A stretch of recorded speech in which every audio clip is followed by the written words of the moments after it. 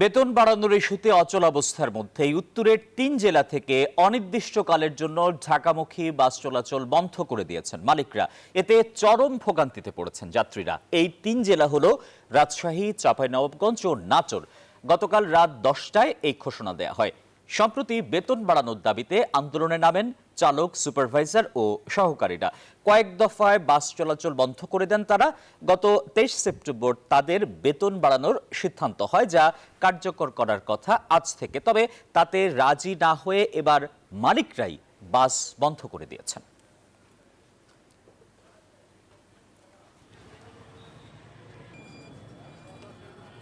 না, আগে থেকে তো জানতাম না, এখানে আসার পরই শুনছি বাস বন্ধ। ইভেন আমাদেরকে ফোন করেও জানানো হয়নি, তো এটা তো অনেক বড়ই ভোগান্তি। আমাদেরকে যদি গতকালকেই জানানো হতো, সন্ধ্যার আগে বা রাতে অথবা আজকে সকালে, খুব সকালে জানানো হতো, তাহলে আমরা খুব দ্রুত সময়ের মধ্যে আরো কোনো একটা ব্যবস্থা করে আমরা যেতে পারতাম আর কি। এটা আসলে একটা চরম ভোগান্তি আমাদের জন্য। আর আরেকটা বিষয় হচ্ছে যে এখানে একটা তো প্রত্যেকটা বিষয়ের সিস্টেম আছে, কিন্তু বর্তমানে আমরা লক্ষ্য করছি যে যে যার মতো সবকিছুই তারা নিয়ন্ত্রণ করছে। তারা বলছে যে গাড়িটা আসলে চালু রাখার পরেই টেবিলে সমাধান হওয়াটা সবচেয়ে উত্তম।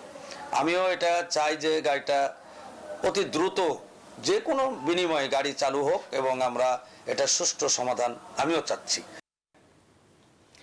এ বিষয়ে আরো খবর জানাতে রাজশাহী থেকে সরাসরি যুক্ত হচ্ছেন সহকর্মী মতিউর মুর্তজা। মুর্তজা, ৩ রুটে বাস চলাচল বন্ধ করে দিয়েছেন মালিক পক্ষ। সব মিলিয়ে সংকট কেমন দেখছেন? জনদুর্ভোগ কেমন পড়েছে রাজশাহী অঞ্চল জুড়ে? রাজশাহীতে কিন্তু তীব্র জনদুর্ভোগ সৃষ্টি হয়েছে। যারা যাত্রীরা রয়েছেন তারা গন্তব্যে উদ্দেশ্যে যাওয়ার জন্য যে কাউন্টারগুলো রয়েছে সেই কাউন্টারগুলোতে এসে অপেক্ষা করছেন। আমরা দেখেছি যে সকাল থেকে বিভিন্ন উপজেলা সহ বান্ডেল থাকলে প্রতি সেনমানিতে টাকা বাঁচবে। বিকাশ সেনমানি বান্ডেল কিনে জিতুন প্রতি লেনদেনে। শহর থেকে লোকজন তারা এসেছেন, এসে দেখছেন যে হঠাৎ করে বাস বন্ধ, তারা কিন্তু দুর্ভোগ নিয়ে আবার ফেরত যাচ্ছেন। আমরা তাদের সাথে কথা বলেছি, তারা যেমনটি বলছেন যে যদি বাস বন্ধই করে দেওয়া হয় তাহলে যেন তাদের পূর্ব থেকে জানানো হয়। পূর্ব কোনো ঘোষণা ছাড়া এইভাবে হঠাৎ করে বাস বন্ধ করে দেওয়ার ফলে তারা তীব্র ভোগান্তিতে পড়েছেন। অনেকে অগ্রিম টিকিট কেটে রেখেছিলেন, তারাও বলছেন যে তাদের টিকিট যে ফেরত দেবেন সেই লোকও কিন্তু কাউন্টারে নেই।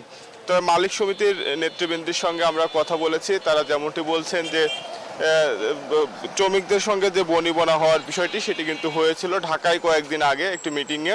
শ্রমিকদের বেতন বৃদ্ধির যে দাবি ছিল সেটি তারা মেনে নিয়েছিলেন, কিন্তু শ্রমিকদের খাওয়ার যে খরচ সেই খরচ নিয়ে তাদের বনিবনা হয়নি। হঠাৎ করে এর মধ্যে কিন্তু যারা মালিক পক্ষ রয়েছেন তারা বাস বন্ধ করে দিয়েছেন গতকালকে রাত 10টা থেকে।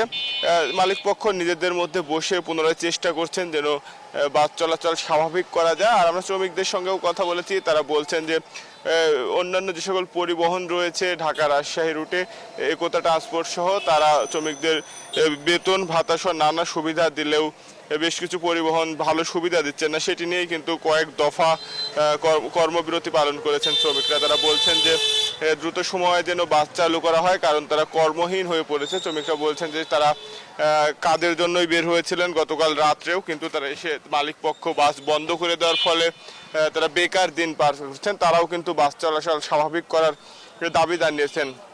সব মিলিয়ে পরিবহন সেক্টরের যে দৈন্যদশা সেটি কিন্তু কাটছে না। কয়েক দফা কিন্তু বাস বন্ধ থেকেছে রাজশাহীতে, ফলে তীব্র ভোগান্তি সৃষ্টি হয়েছে যাত্রীদের এবং তাদের প্রত্যাশা যে একটি টেকসই সমাধান হবে, যেন হঠাৎ করে পূর্ব ঘোষণা ছাড়া আর কখনো বাস বন্ধ না করে দেওয়া হয়। এই ছিল রাজশাহী থেকে সর্বশেষ আসিফ টিপু। মতিউর মুর্তজা, আপনাকে ধন্যবাদ।